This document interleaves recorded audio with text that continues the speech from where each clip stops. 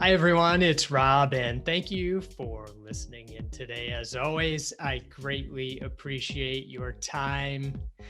Today, you will hear my chat with Shantum Seth. Shantum has been an ordained teacher in the Zen Buddhist lineage of the Venerable Thich Nhat Hanh since 2001. He has been teaching mindfulness in India, Asia, and across the world, and has been leading pilgrimages in the footsteps of Buddha and other multi-faith and transformative journeys since 1988. He is actively involved in social, environmental, and educational programs, including work on cultivating mindfulness in society with educators, the Central Reserve Police Force, and the police and the corporate sector, among others. This is pioneered by the nonprofit trust, which he co-founded, Ahimsa Trust. He has been a senior advisor to the World Bank and advised the Ministry of Culture and the Ministry of Tourism, Government of India. He worked in the corporate sector and later in social advocacy and development, 15 years of which were with the United Nations Development Program, managing programs on volunteer promotion and artisan development across 16 countries, as also initiating the Indigenous Tourism Program in India. Shantum has contributed to a number of books, including Walking with the Buddha, Planting Seeds, Sharing Mindfulness with Children, and Volunteers Against Conflict. He has also been a consultant on films, including Life of the Buddha, made by the BBC and Discovery, and The Story of India, made by the BBC and PBS. He has spoken at TEDx and had a weekly program in India on Zee TV, where he offered teachings on Buddhism and meditation in everyday life. He has led mindful journeys and been a guest speaker for many institutions, including YPO, the Young Presidents Organization, Philip Exeter Academy, Rittenberg Museum, and the United Nations Development Program Executive Board, the Confederation of Indian Industries, and a number of other educational institutions, corporations, and museums, East and West. He has also led private sessions and tours for individuals such as Drew Barrymore and Sting. The work Shantum is doing is really inspirational, and there are so many nuggets of wisdom you'll learn during our conversation. So without further ado, please enjoy my chat with Shantum Seth.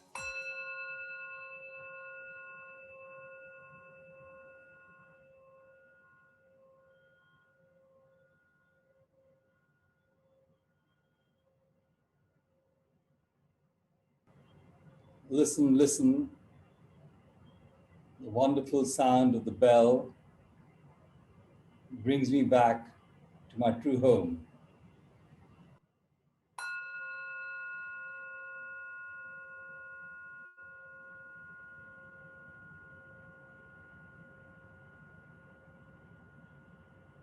The true home is the present moment. So to come back to the present, come back to the awareness of your breath.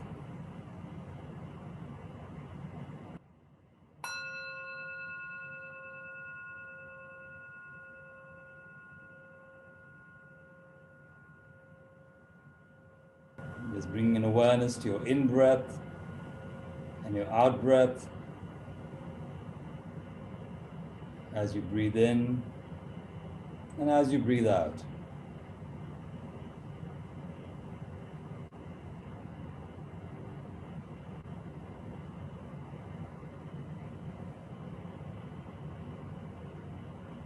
Just feeling the breath.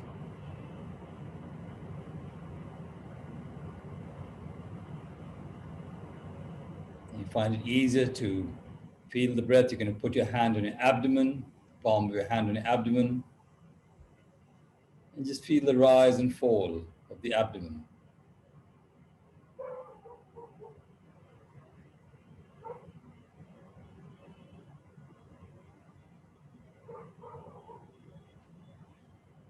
Just enjoying your breath.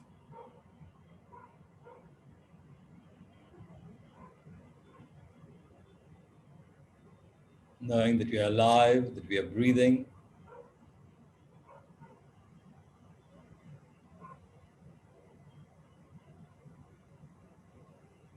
And letting your mind become a breathing mind, not a thinking mind, not a worrying mind, not a dispersed mind. Just focusing on the breath.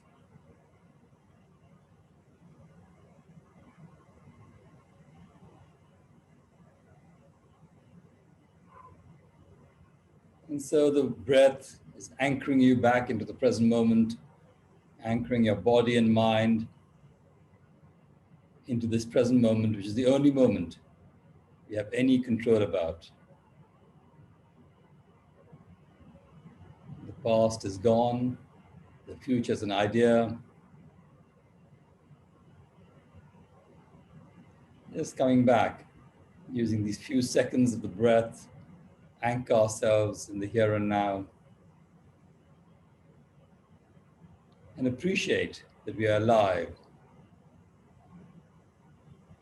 in the here and now. So thank you so much. I love doing this all through the day. I pause. I might even only spend one breath in and out sometimes, but it helps me pause through the day. And it helps me appreciate what is happening right in that moment, whether I'm opening the door or whether I'm brushing my teeth or whatever it is. So thank you for doing this with me. I just feel it anchors me now that we're starting this interview together, Rob. It would be nice to know that this is the only thing we're doing. The most important person for me in my life is you right now for the next 30 minutes or 45 minutes or whatever we have of the interview together. Thank you. Thank you, Shantum. And thank you for starting this discussion with a beautiful way to think about how here in America, where we're just starting our day, maybe in a different way. And I'm always humbled by the fact that I can connect with somebody like yourself who's in a different part of the world, in a different time zone, and you could take us through something like that. Yet we can seem as though we're together, completely interconnected. So many thanks for that. Last time we spoke, there was a quote on the wall behind you. I'm not sure if it's the same one that's over your shoulder today. It said, "This moment is full of wonders." And I was wondering if you could share your thoughts on that. Well, actually, this quote is slightly different to that one. This one says, "This is it." Well, you could share your thoughts on that as well. But I think that this moment is full of wonders, wonderful. I mean, it's really, we have so many wonders right in this present moment. The fact that we, as you said, we are zooming across the planet, as it were. You're literally on the other side of the planet.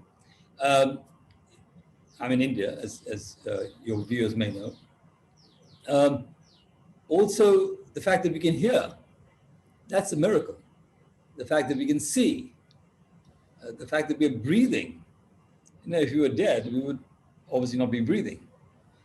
So it's these miracles that are happening in this present moment. And then when we start looking a little bit outside, when we see the face of our loved ones, our children, it's a miracle, the fact that we can see their face. And then when we look further, we say we have food. Most of us have food on our table nearly every day. What a miracle. We have a blue sky. We can hear the song of birds. So as we touch the present, then we touch that miracle. And we call that the miracle of mindfulness, because it is that energy of mindfulness that we are creating or cultivating by being present. So this is it. I like the way you brought it around to that. I was curious what your name means. So my name is Shantum. Shantum actually means peacefulness. It was given to me by my mother. So it's a little bit of a cross to have been carrying throughout my life, because you're then supposed to aspire to it, I guess. But it's been a wonderful, wonderful aspiration. I think to have an aspiration of peacefulness. The word Shanti is well known, which means peace, and Shantam is of peace, or the one who is peaceful. It is a description of one of the gods, Shiva. He's seen as the peaceful one. So that's what the name is. And I actually have another name, which is my name given by my teacher, because when we are I'm from a Buddhist tradition, so my teacher is the Venerable Thich Nhat Hanh, and he gave me a name saying Satya Marg. Satya Marg, which Satya means true, and Marg means path. So literally translates true path. So that's, so I have sort of two names. We have a given name, and then we have a sort of spiritual name. But of course, I'm known as Shantam by everyone except for that small community. Did you realize at a younger age that there was something that might happen in your life that would drive you towards maybe teaching a little bit about how to find some peace? Well, it depends when we think of young. Before the age of about 20 or 23, no, not at all. Yes, okay. So if you consider that part of my age, no, I was just a normal guy doing his thing. Fortunately, relatively privileged, so going to a school which was a boarding school, considered to be a very good in inverted commas type school. So no, just the usual stuff. It is only later when I started aspiring to find peace in the world through political action that I was interested. I found that the way to peace at that time I felt was through political action. Soon enough found out that I burnt out and I couldn't manifest peace if I was not peaceful myself. And so I would say that search started when I was around 23, and the search, the political search and the inner search probably started a few years after that, realizing that I need to find peace in myself if I want to find peace in the world. So they're not mutually exclusive at all. Your mother was quite well regarded in India. Could you share a little bit about her? Yes, I mean, interestingly, nowadays people are comparing her with the Ruth Bader Ginsburg of the U.S. Your viewership may recognize. Yes. So for me, she's just mom, mama. But to the world outside, she did some phenomenal things, including a lot of sort of path-breaking. I wouldn't say judicial reforms, but judgments, especially on sexual violence, on women's issues, and environmental issues. And she broke a lot of glass ceilings. She was a woman where there were no lawyers when she started, women lawyers. She also, when she was in England, when she actually sat a bar exam, she was the first woman to ever come first in the bar exams in England. And so starting from there to becoming the first Chief Justice of a High Court in India, which is the equivalent of a Supreme Court judge in India. So these are, but I think she also epitomized very much for me what it is to be a woman, an Indian woman.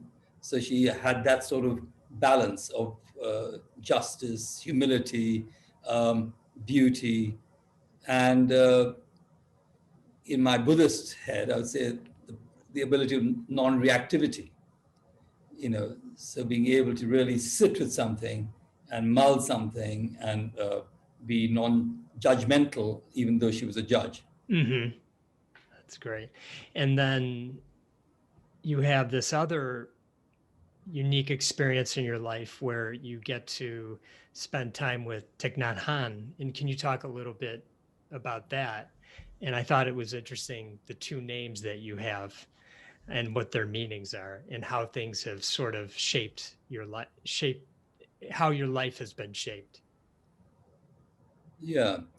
So I think, I do think of Thich Nhat Hanh very much as my spiritual father. So from mother, I have a physical father, of course, who I love very much and I appreciate very much. But I have a spiritual father too. And I met him on this search when I was looking for being peace. And I met him actually in California. I was wandering around a bit like an Indian hippie in California, looking for my guru or whatever that meant. You always have to go outside of your familiar environment to be able to find that, because you're not conditioned in that environment. So maybe for an American kid, you have to come to India.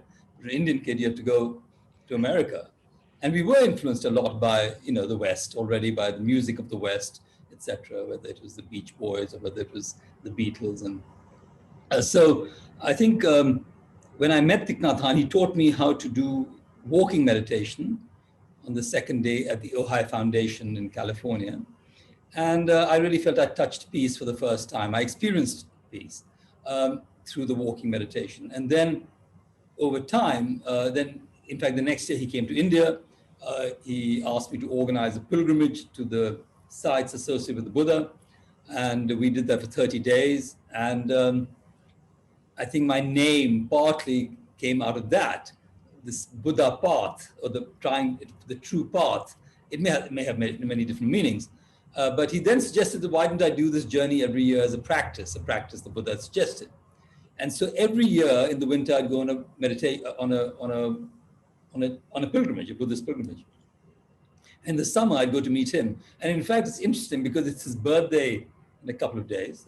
So I was, and he's not been keeping very well. So I was just writing down yesterday, over the last years, from 1987 when I met him to now, every single year, I've spent at least a week, if not 6 months, with him. So yes, very much apparent. But even while I was, and that I met him only at the age of 30. So I'm now 62. So last 32 years, he's not been well for the last 6. Yeah. I would say he's really offered me a path of awakening. People might say, when I was a young man, what was your career? And I was a shoemaker. I was into footwear manufacture. I was in more conventional management type role. But after meeting, and then I've worked in many other areas, whether social development, etc. But I think one of the things I remember him saying was, your career should align with your ideal of compassion. And that's why the journey, the pilgrimage, education, planting trees, all these different things have come into my life. Working with artisans, I've always felt, what makes me feel that sense of connectedness and sense of offering to make the world a better place? And personally, it also means the career of awakening. The awakening meaning not being caught in these ideas of awakening either, or any ideas, any concepts. Being attached to awakening. Yes, letting go of that, but still knowing. So right. Still knowing that's the path. That's what's nice about this path and not a destination. Each of these elements, each step we take, each breath we take, there's even a Sting song like that, isn't there? There is. Every breath you take, every step you take.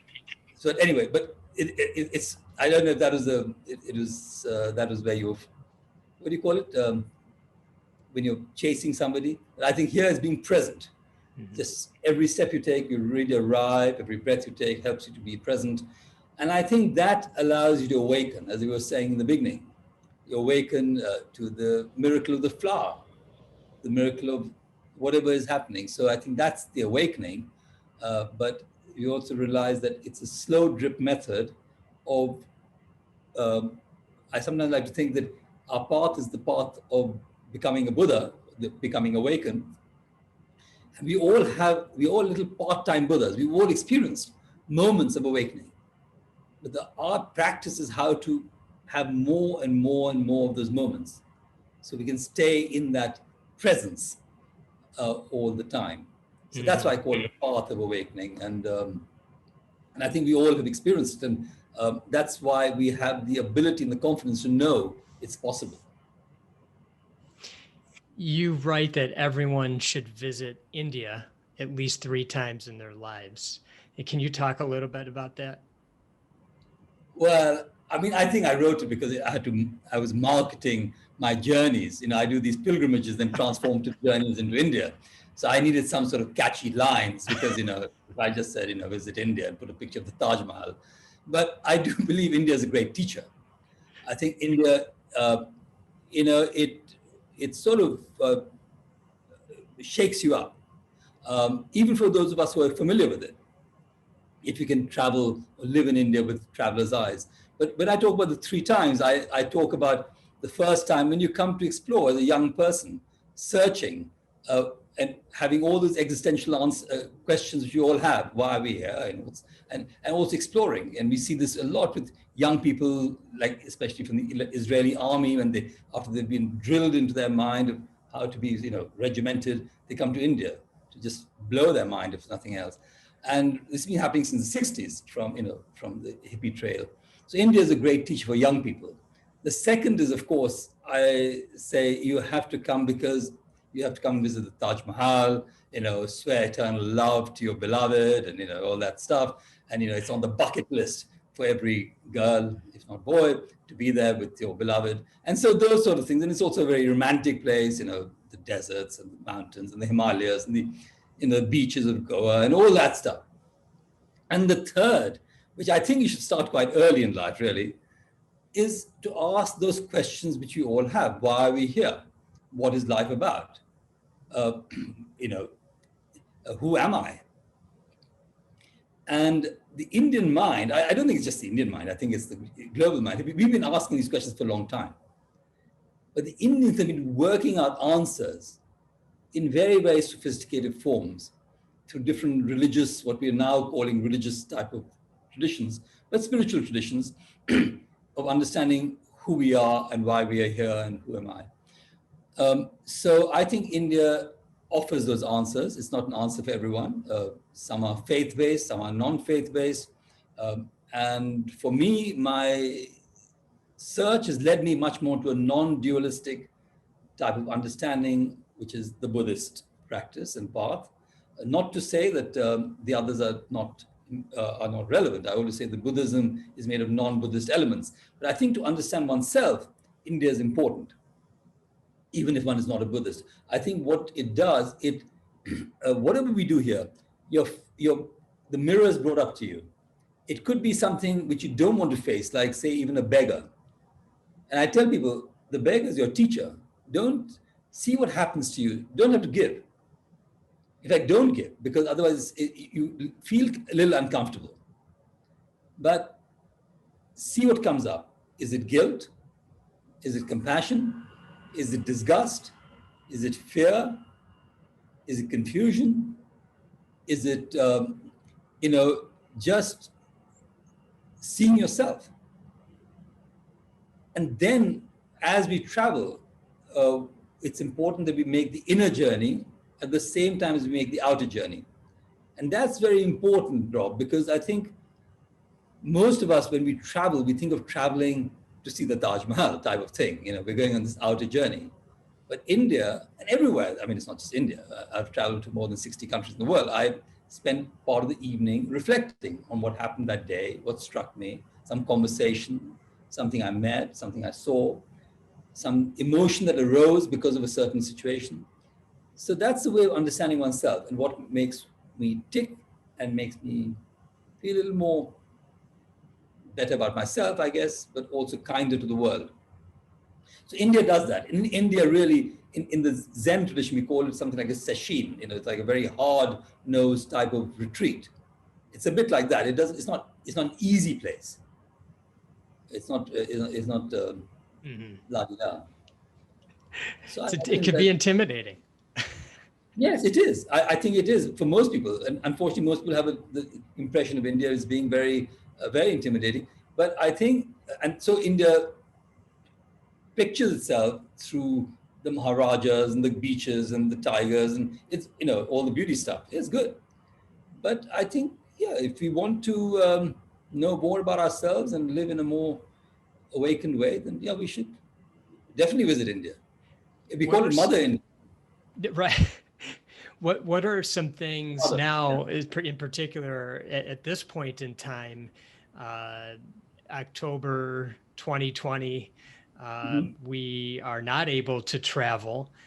What are some things that we can do during this very unique and sometimes challenging time in our lives to go within? To go within. Sorry, I was just pouring my tea. Okay. Please do. You know, we have all the tools available for us to travel and travel within. And part of it is, when we started, stopping, the pausing. And once we stop, then, and not getting distracted, it's very easy to get distracted with the TV, with, getting a next drink, whatever distractions we want to do, even inside our own home. But just to stop and start looking at the inner TV, watching that inner TV. And it takes a little time to tune it. Because actually, when you're sitting down, the first thing you say, oh, I didn't do this. And so you get up. So you say, okay, I'm going to give myself a few minutes and just sit and just watch whatever my mind is coming up with. But just watch it like a passing cloud. Don't get attached to it. So if you see a thought coming up, and you come back to your breath, use your breath as the anchor always. So it's a wonderful thing to do. And then in that, you start recognizing who you are, recognizing your habit energies, recognizing your wants, your dislikes. And it's a wonderful journey. And then take a walk in the garden, if you have the luxury of being in a garden, and many people have a chance to even to walk out, with their masks on. Just touch nature. Nature is a great teacher in so many ways. I mean, you can see the transitioning of life and death through nature, through the seasons, but the day and night. I mean, the day arises and goes away, and then as you start contemplating these things, you start realizing so much beauty around. So I think you start becoming more local in your travel, very interior on one side, very local, getting to know what's happening around you, recognizing things which are right next to you, like a tree. And suddenly you start seeing, the flowers and the birds coming out in much greater, I can't say visibility, but, in more profusion. They've always been there. So I would say that. But I think it's also good to try and understand different worldviews, because this is a time for not just reflection or understanding yourself, but understanding what the wise people around the world have been talking about for centuries. They were just us. And trying to see those, as I said, existential questions, quintessential questions of life, are much easier to prod when we are silent, when we are steady, when we're in one place. So use this time for that. And that's travel. That's travel through time and travel through different types of traditions. And if you're a Christian, look at the Bible, see the stories there. If you're a Jewish person, look. So it's not that it's just an exclusive thing for one religion. Look at literature, wonderful literature, which will, if you like poetry, Blake, the people who are allowing you to touch a different type of sensibility. So that's travel, in your rocking chair. Mm. You can read good books too. I mean, on travel, I'm sure. Can you share a bit about walking? You mentioned when you first met Thich Nhat Hanh, you went on a walk. Talk more about mindful walking and what that's all about. Yeah, so normally the idea or the practice of walking is always to get from one place to another. That's what we think. We're walking to get somewhere. But in mindful walking, we're walking just to walk. And in that, there you may have a destination like the toilet or your friend's house or the kitchen, but you often miss the reality of the moment when you're walking with only a destination. And you can see this at airports, at railway stations. You can see people walking, and they're walking with their heads, and their legs are following behind. They already know where they're going, or they think they know where they're going. So walking meditation is about really arriving in every moment, every step. And that's a practice, because it's not easy to do. Our habit, as I said, is to be thinking ahead, going ahead. So we have an idea, we planned where we're going, but it's not that we are caught in that destination. We may never get there, as happened this time. Many people had ideas about whatever they had before COVID started. So walking meditation is a practice of touching that. Now, touching that miracle, I would say, walking. People say the great miracle is to walk on water, to walk in the air. But there was a famous Zen master, I think in the 9th century, called Linchi. He said the miracle is to walk on the earth. We have 2 feet, we have legs, we can walk. If you can touch that miracle of walking with every step, that is what the Buddha, what Jesus, what Muhammad, they were all doing. They were living in that space of a non-I type. That's just walking. It's not even I walking. It's just walking. So when Thich Nhat Hanh taught me this, he said something like, your mind can go in 1,000 directions, but walk on this beautiful, beautiful path in peace.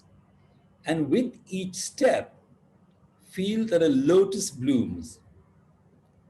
Now, what is a lotus? A lotus is a delicate flower, and a flower of wisdom, actually the symbolism of wisdom, of purity. But what you're doing is you're lifting your foot and feeling a lotus is blooming. It's a wonderful image. And as you walk, you're feeling you're leaving a whole garden of lotuses, a pond of lotuses. And the depiction of the Buddha when he was born is also of that. It is just some artist. The Buddha didn't walk with 7 lotuses coming out of every foot. It's highly unlikely that this little baby started walking and saying, but it's the imagination of the artist saying, let a lotus bloom with every step. So walk lightly on this earth. And that is a message of deep ecology. You're just here to leave a few footprints, if that. But walk lightly, be respectful, don't hurry, and be attentive to whatever may come up on that walk. You're walking gently, and you will notice, suddenly you might notice the ant you were going to step on one side, but you might notice the flower, and you just stop. And I remember there was a TV interviewer who met my teacher, Thich Nhat Hanh. His program is called Walk the Talk. So this guy would ask the question and he'd be walking. And every time he'd ask the question, Thich Nhat Hanh would stop. And he says, I don't walk and talk at the same time. When I'm walking, I'm walking. When I'm talking, I'm talking. So, it's this type of mono-serial task, what he calls serial monotasking. That's so good. What about mindful eating? Can you speak a little bit about that? Yes, we all eat. It's part of our way of staying alive and also a habit in many ways. And it's a miracle when we receive food from the earth, from the sky, from the sun, from the cloud. We often eat in a way that we are not really worthy, I would say, to receive it. Because it's a gift from the cosmos. Everything has come into that food, whether it's the sunshine, the clouds, the farmer, the toil of the farmer, the truck driver who brought the food, the cook, the gas which has created the fire for the food, whatever, electricity. So when you start looking deeply at the food, you start seeing that the whole universe, the whole cosmos has sort of conspired in a way to offer you this food. And so we realize that this food is a gift of the whole universe. And we sometimes say something like the earth, the sky, and much hard work. And maybe be worthy to receive it.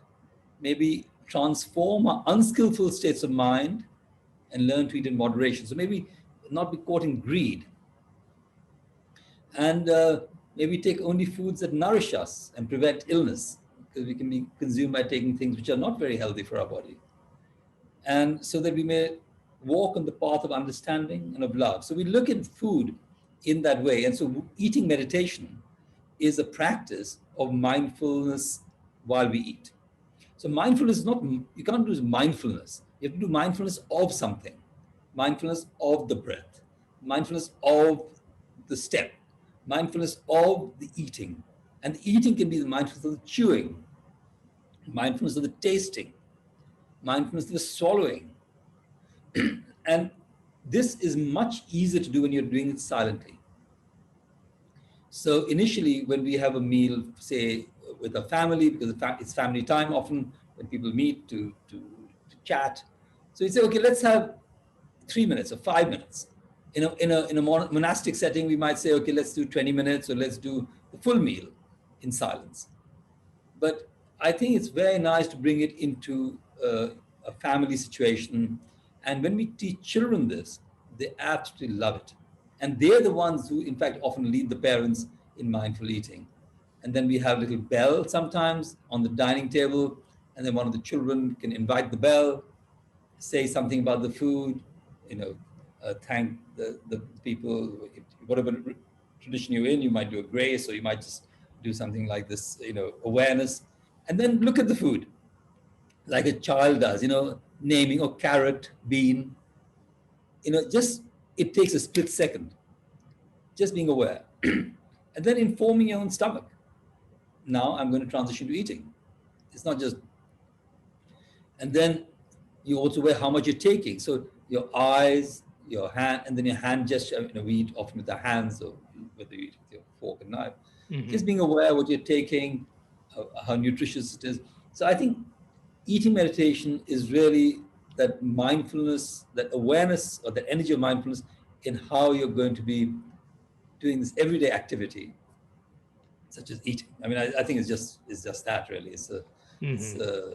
It's very nourishing, and one of the best kept secrets on what's it called, weight loss.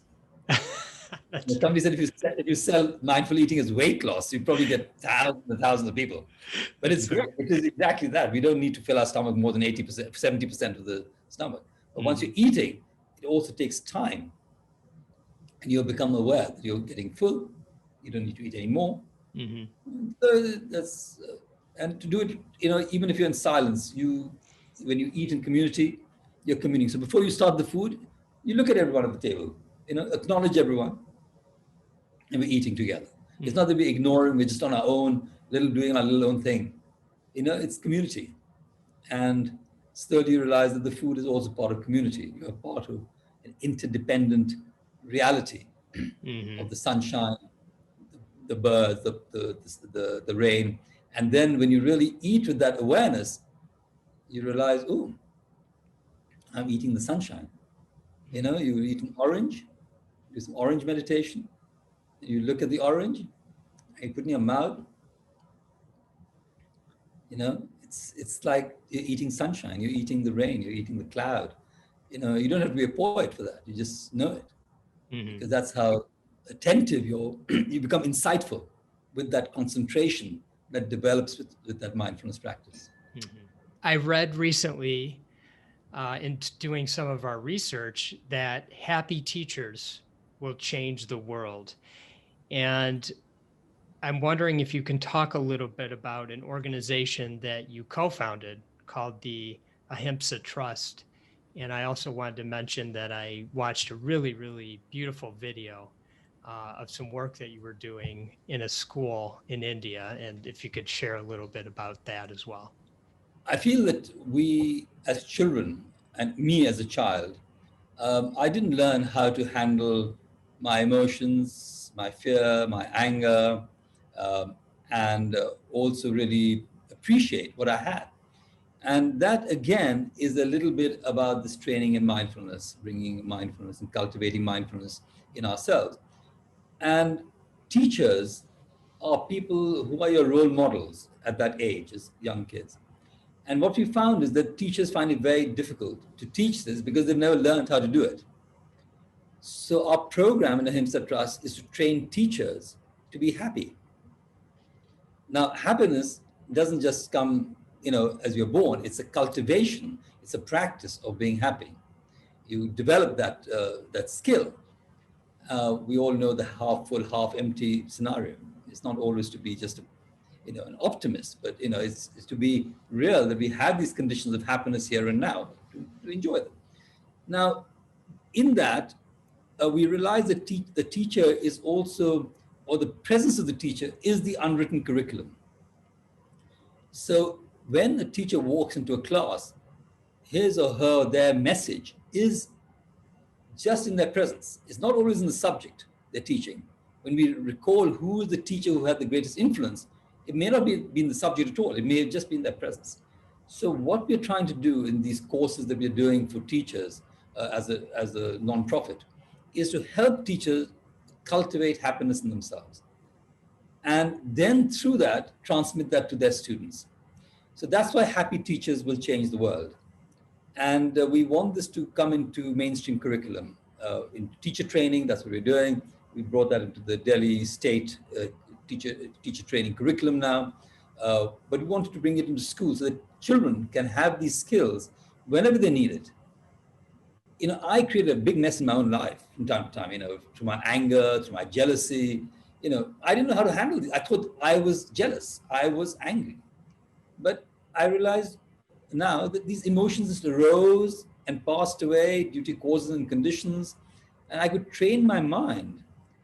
And not only could I train my mind, I could actually use the anger and the jealousy as a compost for happiness and liberation. So that is the sort of training we're trying to offer teachers so they can offer students. And it's times like this, like the COVID time, people are suffering greatly. They don't have the resources to even be with themselves or be happy or let their children know how to cope with these things without getting overly stressed and despondent and despairing. So I feel that's our aspiration. I feel that we need to shift a collective consciousness. We need to shift our own individual consciousness, but also the collective consciousness. And the best vehicle for that is education. Because especially school education. It translates into university education too, because that's the time when you're experimenting and things like this. But if you have the tools in school, you know how to handle your mind, train your mind. So that's what I'm interested in. Schools do a lot of work in physical training on things like this, but not enough in mental training, not enough on resilience, understanding the mental agility. And now with the science of neuroplasticity, epigenetics, and all this. Now we are understanding what the teenage mind is about, what the child's mind is about. And we know how a child's mind can be trained to be much happier, more empathetic, more compassionate. And I think it's not about indoctrination. It's about offering a type of a practice that will allow people to be happy, will allow people to be more peaceful. If that's what they choose. And for me, education, the bottom line of life is peace and happiness. It's not necessarily about, everyone knows you're not going to be happy with the bigger car or the bigger house. I mean, that's, it's old hat. Everyone knows that. Of course, if you have nothing, then you need a base. And like in India, we have a lot of people very poor. So we need that base of, wherewithal.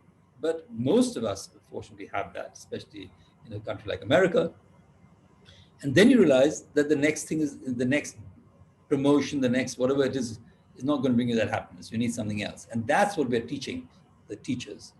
Mm-hmm. And when somebody, as I said, brings that career, as I said, of, many teachers come into this profession out of a deep compassion, a deep sense of wanting to do something. And it's a very, very tough profession because they're faced with thousands of decisions a day. Somebody said a teacher makes more decisions in a day than any other profession practically, So, and very complex decisions. So unless the teacher is well trained in how to handle these things herself, she's going to get stressed out. And there are a number of teachers who burn out and leave and then lose their idealism. What a wonderful profession to have, So I think that's what we're trying to do, trying to really cultivate the fire of happiness, love, in people, and teaching very basic, small techniques. Nothing religious. It's all very Right. secular. Yeah, I mean, there's nothing religious. You don't have to have a particular robe or a particular hat. Some people say His Holiness. I say everyone is holiness. Her Holiness, His Holiness. Everyone has that potential of holiness, if you want to call it in that religious sense. But it's the same word for Buddha. Buddha just means the awakened one. And every child, every teacher has that potential. The Buddha was not just some special child. He had all those conditions which allowed him to search and meet different teachers at the time, 2,600 years ago, which allowed him to awaken. And it's just as possible that we can have Buddha today. So that's what the teachers are. This teacher training through Ahimsa Trust is about. It's beautiful work. Thank you for doing it. Yeah, I love it. I love it. I mean, the bureaucracy of it sometimes gets me, but I would imagine that would be a conversation for another time. No, I do it happily because, I know that it has to be done. And, I think I'm very fortunate that I've found a way of being, cultivating a sense of presence and appreciation in everything that's happening, including this moment. Drinking my tea, I just love it. It's no thing. And I think one of the things I'm also realizing more and more that it's not for everyone, teaching, but each person finds at a certain time in their life that they transition into teaching what they love. And I think that's an important element. I think all of us are teachers in ourselves, in something, whatever it could be. It could be flower arrangement, or it could be how to clean your spectacles, something or the other, or something greater. But I found, for example, I just love doing stuff like traveling. I found traveling is one of the great educational processes. I've learned so much from it. I mean, I went from South America, from Mali to Bali, and Kenya to Ecuador, and all over. And every time I had money, even as a student, I would go traveling to Russia or to South Africa. Now, then when I started organizing these journeys, I felt, wow, I'm feeling real transformation happening in a very short space of time. And I realized is because people are coming to an environment which is not familiar. So different seeds in their consciousness are being touched, which lie dormant when you're living in a habituated environment. If you're going every day to work and doing the same thing, those seeds are being watered. But when you come to an environment which is unfamiliar, then different seeds, whether it's a seed of compassion, or whether it's a seed of anger, or whether it's a seed of fear, whatever it is, come. And then if you can guide that into a way of deeper understanding of the self and also the other, I found this for me is wonderful. So this teacher element of me just started developing. And when my own teacher said to me, I think he wanted to ordain me as a teacher in 2001, I've been with him already 15 years. And I said, I don't feel ready, I don't think I'm ready. I did. And I said, who recommended my name? And he said, I did, I did. And I said, and it took me a number of years to understand that I'm a teacher. But I'm only understanding it because now I know that I'm sharing what can be useful to others for their own awakening, for their own happiness. And also one of the processes is being a bit like a cultural interpreter of India, showing ways that you can understand yourself through this very complex, nuanced culture.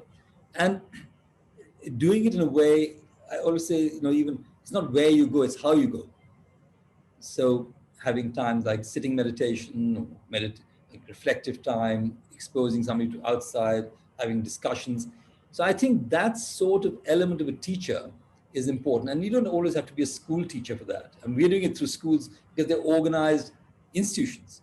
But a mother is a teacher. All of us are teachers. So when we put out these courses for happy teachers change the world, or will change the world, we then say, well, but anybody can apply to be on this course. So for me, I mean, I found that my best teaching is as a guiding teacher in a way, taking people on trips.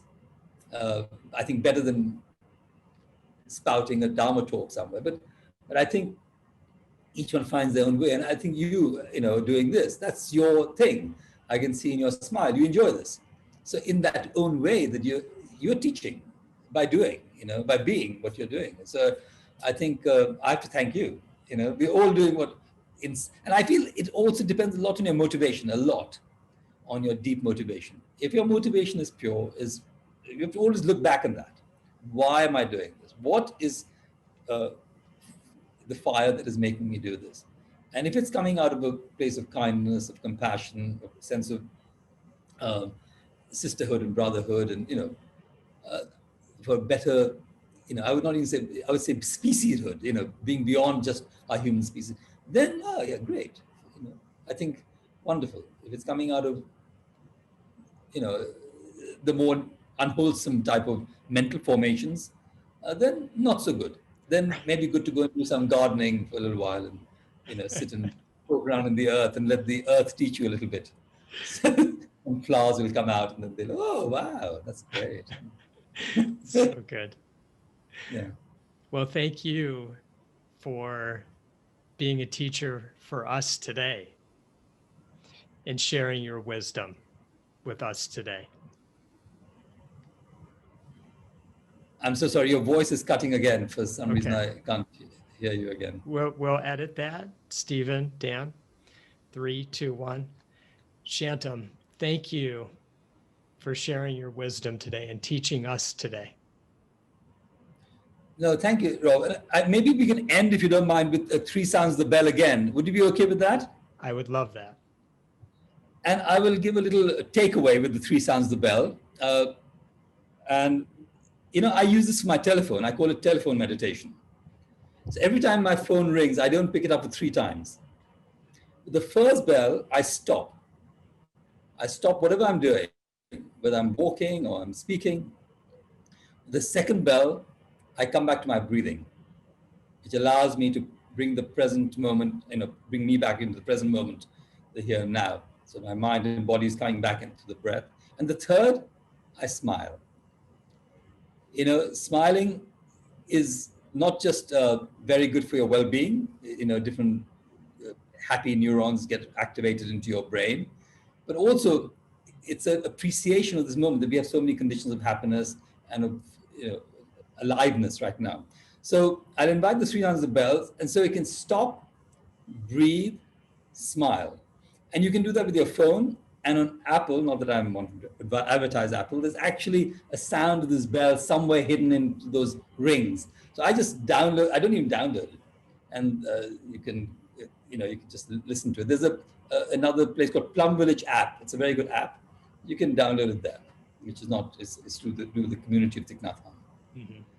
Thank you. So I will invite 3 sounds of the bell, and then I will make 1 half sound and bow out, unless Rob has something to say after that. Is that okay? We'll close with that? Perfect. We will close with that.